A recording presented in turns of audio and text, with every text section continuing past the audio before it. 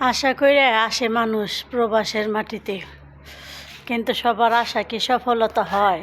কখনো না, হয় না। কেউ সংসার ফেলে থয়ে আসে, কেউ সাজানো গোছানো সংসার থয়ে যা দেহে সংসার হয়ে যায় এলোমেলো, সন্তান থয়ে হে ভালো হয়ে যায় খারাপ। মানুষের প্রবাসের মাটিতে যেসব মানুষই আছে, মেয়ে হোক আর ছেলে হোক, তাদের কষ্ট বা কখনোই শেষ হয় না। কারণ শেষ হয় না এই কারণেই, তারা ভাবে কি প্রবাসের মাটিতে তারা শান্তিতে আছে, আমরা কি লেগে তাদেরকে শান্তিতে রাখুম, তাদের অশান্তি কীভাবে করা যায় সেটাই আমরা সর্বক্ষণ ভাবুম। একটা মা আসে প্রবাসের মাটিতে সন্তানদের রেখে, তার সন্তানরা কখনোই জিজ্ঞেস করে না মা কেমন আছো বা কী খেয়েছো। আবার ছেলে রেখে আসে বাবা, কখনো বাবাকে জিজ্ঞেস করে না বাবা তুমি কেমন আছো, কী খেয়েছো, আসবে কবে, এটা কখনো জিজ্ঞেস করে না। জিজ্ঞেস করে বাবা বেতন পেয়েছো, টাকা দিবে কবে। টাকা পেলে সব শান্তি, কিন্তু টাকা না পেলে খুব অশান্তি। তো আমার মতো এমন অনেক মেয়ের জীবন, অনেক ভাইয়ের জীবন আছে প্রবাসের মাটিতে। কান্না শোনার মতো মানুষ নাই, কান্না দেওয়ার মতো মানুষ আছে। দেখবে ভাইও বলবে না কেমন আছো, কিন্তু বলবে টাকা দিবে সব শান্তি। টাকা নেই শান্তি নেই। জীবনের সবচেয়ে ভুল কেউ করবেন না, কারণ প্রবাসের মাটিতে আসার আগে 7 বার ভাববেন যে নিজের ফ্যামিলিটা কখনো নিজের যত্ন নিয়েছে কিনা না নিয়েছে।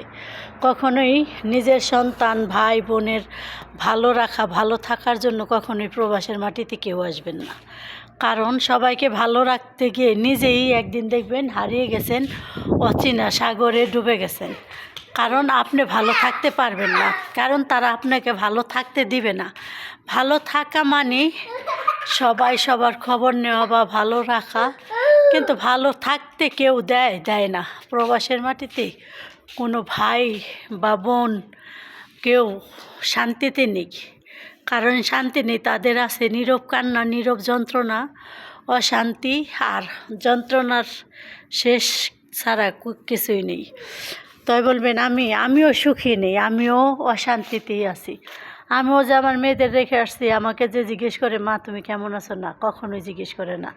তারা শুধু জিজ্ঞেস করে মা তুমি কবে বেতন পাইবা, কবে টাকা ছাড়বা। কিন্তু আমার মতো মনে হয় হাজারো প্রবাসী মেয়ে ভাই বোন আছে যে তাদের জীবনের নীরব কান্না, প্রবাসীর ব্যথা প্রবাসীর মনে থাকে।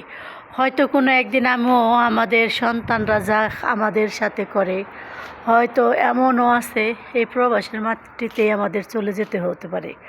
কারণ দিন যায় কাজে, রাত যায় কান্না। হয়তো অনেকের রাতের কান্নায় মানুষের বুকের ভিতরে এমন যন্ত্রণা করে যে এক এক সময় মনে হয় যে সে মৃত্যুবরণই করবে। আমার যেমন করে মনে হয় আমার মতো আর প্রবাসী 10টা 15 হতে পারে না, পারে না। কারণ প্রবাসের মাটিতে কেউ তো শান্তিতে নেই, সবাই প্রবাসের মাটিতে অশান্তি।